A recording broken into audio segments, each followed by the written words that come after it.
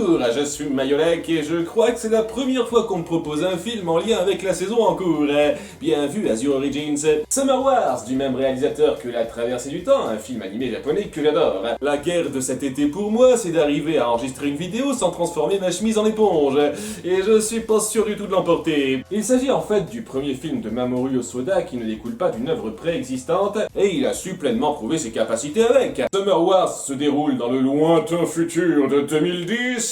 Mon arrière-grand-mère va fêter ses 90 ans. Tu te rends compte? Elle est née en 1920. Pourquoi je dis lointain futur? Parce qu'il existe un Facebook boosté aux hormones qui n'a pas grand chose à envier à l'Oasis de Ready Player One. On peut y gérer toutes ses données numériques, participer à n'importe quelle activité avec son avatar là-dedans. Bon, on peut pas trop faire d'escalade avec Batman parce qu'ils ont pas pu se payer autant de copyright, eux, mais ça reste quand même vachement futuriste. Et puis c'est sorti 2 ans avant ce roman. Histoire de dire. Et au passage, le monde s'appelle Oz. Bienvenue dans le monde d'Oz. Félicitations! Vous êtes la 10 000e œuvre fictive à reprendre ce noir! Enfin bon, dans ce Japon futuriste de 2010, notre jeune héros lycéen Kenshi, expert en maths et en programmation, est engagé par sa camarade Natsuki afin de se faire passer pour son petit ami auprès de sa famille. C'est lui, mon petit ami. Hein? Ton petit ami? Oui, c'est la personne que je compte épouser plus tard. Quoi? Tu comptes l'épouser? Quoi?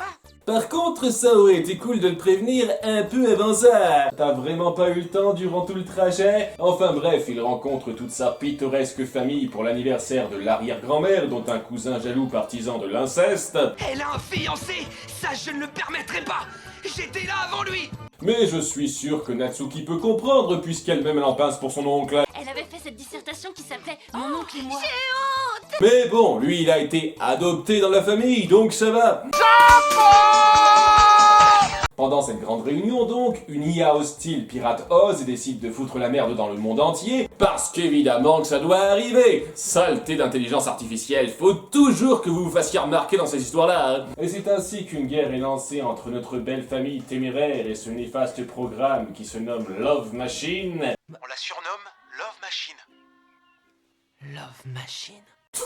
J'imagine que Bruce Willis a participé à la conception. Je suis une love machine. Tu peux être fier de ce que tu as, mon bébé. Le tout tandis que les autorités compétentes en place ne sont pas capables de faire quoi que ce soit comme à leur habitude. Là aussi, c'est un impératif dans ces histoires-là. La première chose qui me plaît dans ce film, c'est la façon dont on mélange aussi bien 2 genres d'histoires très différents. Déjà, chacun est très bien géré au fil de la narration et évolue de façon satisfaisante. La partie sur l'ambiance au sein de cette famille et comment notre jeune héros s'y adapte est très simple en sa base. Merde, il y aurait de quoi faire un film français à 2 balles autour de ça. Imaginez juste Kev Adams dans le rôle du héros jeune de cité et Christian Clavier dans le rôle du père de famille huppé autour de cette prémisse et vous avez la nouvelle comédie tendance de l'année. Avec un tas de moments complètement zinzin sur le clash de ces 2 classes sociales aux antipodes. Et le pire, c'est que ça pourrait bien marcher, une merde comme ça. Mais ici, si on a quelque chose de vaguement similaire à ce que je viens de décrire, ça joue là-dessus avec une comédie très juste qui n'en fait pas des caisses. Notre héros est déstabilisé par l'ambiance joviale de cette famille, lui qui est de naturel si réservé. Ça amène pas mal de moments à faire sourire dans toutes ces interactions de personnages qui dégagent une véritable sincérité terre à terre. Si on ne compte pas les 2-3 moments excessifs type du manga.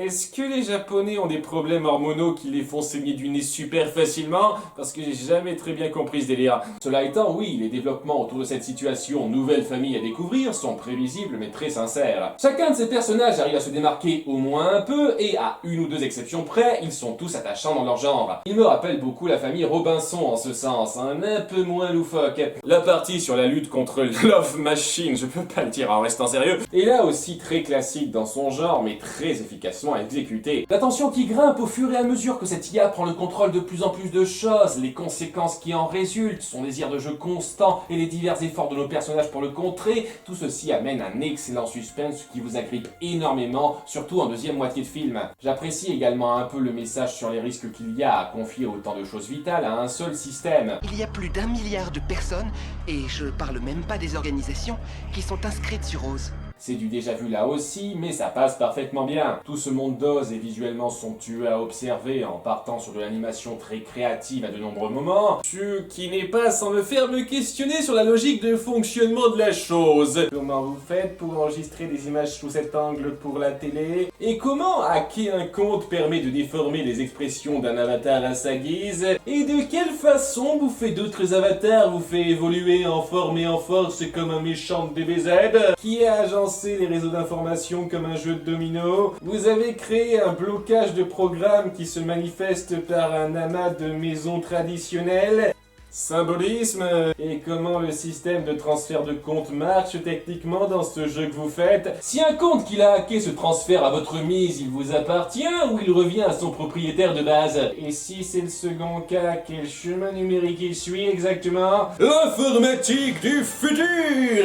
Le nouveau TGCM! Mais ce détail mis à part, ça reste un conflit au sein de la technologie très palpitant à suivre. Cela étant, comme je l'ai dit, l'une des grandes forces de ce film, c'est d'avoir bien su mélanger deux genres qu'on n'associe pas très souvent. Le conflit contre l'IA arrive parfaitement à s'incorporer avec le développement de Kenshi au sein de la famille, car il va vraiment évoluer en même temps qu'eux au fur et à mesure des problèmes qui se présenteront à eux, certains ayant leur façon de réagir aux événements qui n'est pas forcément celle des autres. Le fait de presque tout suivre du point de vue de cette grande famille et ce nouvel arrivant rajoute un côté humain très prenant à la menace mondiale qui est posée, et voir les retombées et enjeux de cette menace qui touche ces personnages donne un vrai poids à leur développement. J'apprécie surtout les différentes façons d'agir de chacun d'eux qui aident à afficher avec brio leur diversité. Celle qui se démarque le plus est clairement l'arrière-grand-mère qui montre une véritable détermination au fur et à mesure des événements. Quelle mesure a pris le ministère de la Défense? Comment? Vous allez en discuter seulement maintenant? Vous vous moquez de moi? Il faut que vous appeliez tous vos contacts dans le monde hospitalier. Et ça aide qu'elle connaisse à peu près tout le monde au Japon. Enfin bon, là je chipote. En parlant de ça, ouais, j'avais pas de meilleure transition. La partie théâtre du chipotage. Oz est un univers virtuel dans lequel naviguent des millions d'internautes dans le... Longue exposition d'1 minute 45. C'est toujours mieux que celle de Ready Player One, même si c'est pas un exploit. Tu ne vas pas remettre ça sur le tapis. Arrête de les ressasser. remettez-vous au travail et que ça saute. Même s'ils discutent, ils sont toujours en train de bosser là. Je peux t'aider si tu veux. Tu ferais ça? Dis donc, je te rappelle qu'on a du travail ici. Même si ça devient plus un problème 30 secondes plus tard. Oh! Une IA informatique supra-avancée qui se fait avoir par le plus vieux tour au monde. Et qu'est-ce qui t'empêche de les poursuivre après ça? Il y a 55 personnes qui ont réussi à craquer le code pendant la nuit. Heureusement pour toi, t'en fais pas partie. Eh non! Comment ça? Tu t'es planté, t'as fait une grossière erreur à la dernière lettre. Et comment t'as pu ne pas t'en rendre compte vu que ça devait former une phrase grammaticalement correcte? On sent que ça fait un moment que la lame n'a pas été aiguisée. On n'en a rien à faire des gâteaux. Il faut trouver le moyen de réduire cette love machine en miettes. Et ce sont les filles qui décident de laisser tomber et les mecs qui décident de réagir sur le coup. On est prêt à intervenir. On a 30 ans de jeu derrière nous. Vous jouiez à quoi de semblable en 1980? L'IA, qui est censée ne pas suivre la notion de bien et de mal, prend délibérément une forme démoniaque. Et aussi, pourquoi elle fait pas ça depuis le début? Heureusement, on ne déplore aucune victime dans cette affaire. Eh ben, c'est une putain de chance.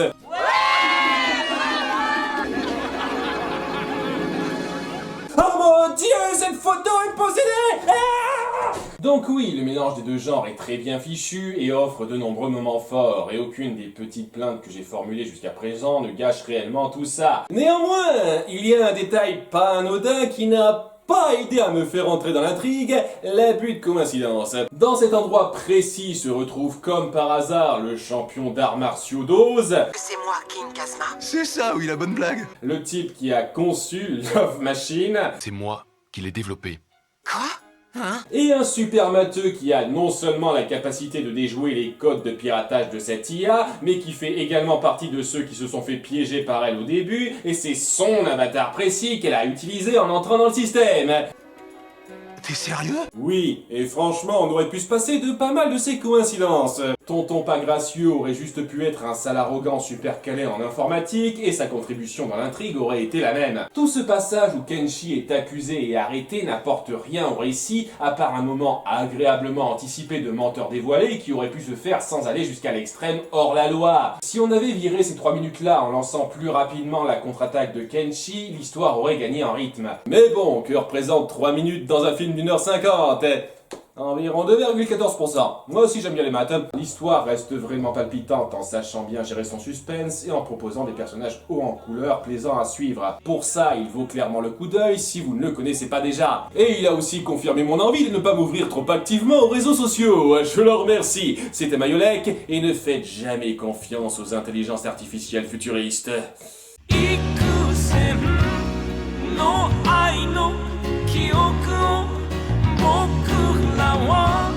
Bon ben, j'ai perdu la bataille.